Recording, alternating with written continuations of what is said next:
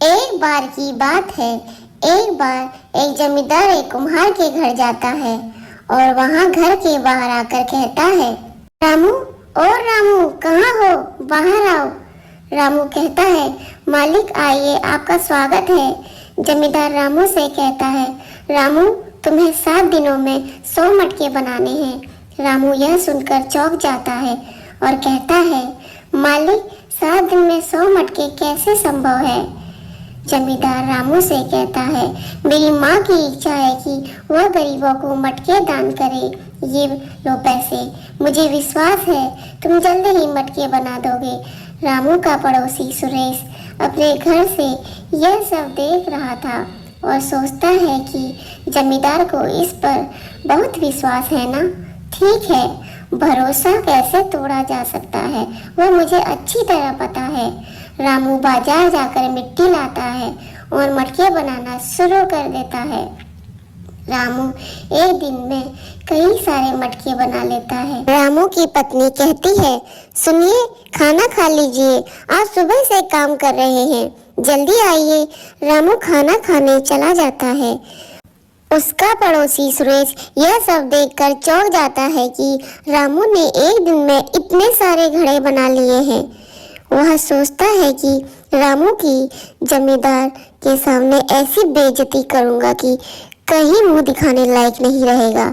सुरेश एक हलवाई के पास जाता है और कहता है कि बसंत, तुम बहुत अच्छा खाना बनाते हो। हलवाई कहता है, मैं पेशे से एक हलवाई हूँ, इसलिए कभी कभी लोगों को न्योता देकर घर पर खाना खिलाता हूँ। सुरेश कहता है कि तुम रामू को क्यों नहीं बुलाते? जब मैंने तुम्हारे बारे में रामू को कहा तो वह बहुत उदास हो गया। हलवाई कहता है, ठीक है, कल उसके घर पर जाकर खाने का न्योता दे आऊंगा। सुरेश कहता है कि रामू को मत बताना कि यह बात मैंने तुम्हें कही है। हलवाई कहता है, अरे ना ना, मैं पागल हूँ क्या जो मैं उसे कहूँगा। अगले दिन हलवाई रामू के घर जाता है और कहता है, अरे रामू, कैसे हो, सब ठीक है?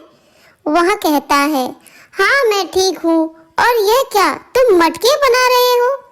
हाँ, हलवाई कहता है, तुम्हें तो पता ही है मैं एक हलवाई हूँ और कभी कभी कुछ खास लोगों को न्योता देकर खाना खिलाता हूँ, तो आज मैं तुम्हें इस न्योते में आमंत्रित कर रहा हूँ।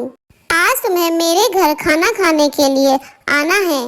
रामू कहता है, ठीक है, हम लोग शाम को तुम्हारे घर आएंगे। शाम होते ही रामू और उसकी पत्नी दोनों हलवाई के घर जाते हैं और उसके पीछे से सुरेश एक डंडा लेकर रामू के घर जाता है और गुस्से में सारे मटके तोड़ देता है। खाना खाने के बाद वे दोनों घर के लिए निकल जाते हैं और कहते हैं कि आज खाना बहुत ही टेस्टी था, मज़ा आ गया। वे दोनों जब घर पहुंचते हैं और देखकर चौंक जाते हैं कि उसके सारे मटके टूटे पड़े हैं। यह देखकर वह बहुत रोता है और कहता है कि मैं इतनी जल्दी कम दिनों में इतने सारे मटके कैसे बनाऊंगा। अगले दिन सुरेश की सास सुरेश के घर आती है और दरवाजा खटखटाती है।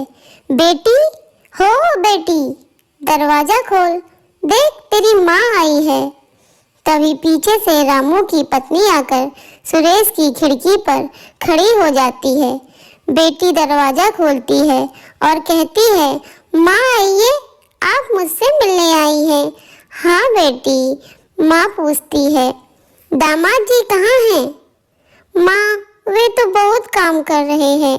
ऐसा क्या काम कर रहे हैं? कहती है, माँ, रामू को जमींदार ने 100 मटके बनाने का काम दिया था। उन्हें सारे मटके बना दिए थे। जब वे खाना खाने गए थे तब तुम्हारे दामाद ने रामू के घर जाकर सारे मटके तोड़ डाले। अब रामू इतने कम दिनों में मटके नहीं बना सकता और अब तो उसकी हिम्मत भी टूट चुकी है। जब जमींदार रामू के यहाँ जाएंगे और उन्हें 100 मटके बने हुए नहीं मिलेंगे तो वे रामू की खूब बेइज्जती करेंगे। तभी आपके दामाद 100 मटके बनाकर जमींदार को दे देंगे, जिससे वह खूब पैसे कमाएंगे, इज्जत कमाएंगे और जमींदार गुस्सा होकर रामू को गांव से बाहर निकाल देगा।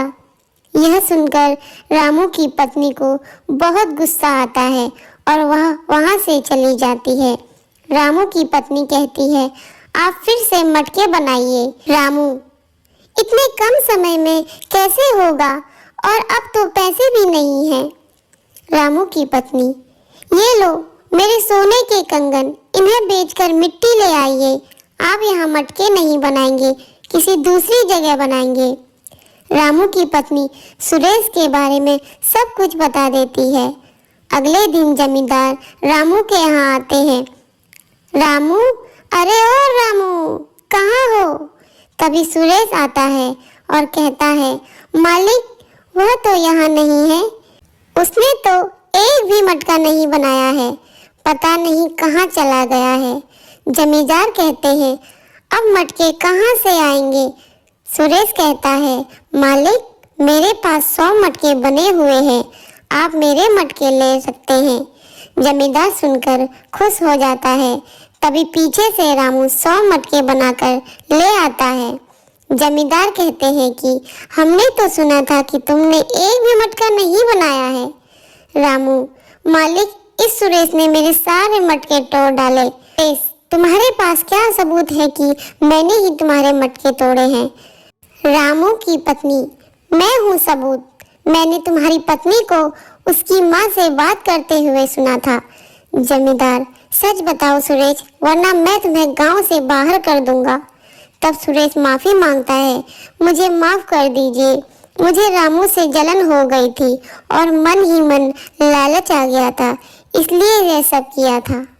तो यह कहानी हमें यह सिखाती है कि हमें कभी ईर्ष्या और लालच नहीं करना चाहिए, क्योंकि ईर्ष्या और लालच इंसान को गिरावट की ओर ले जाती है।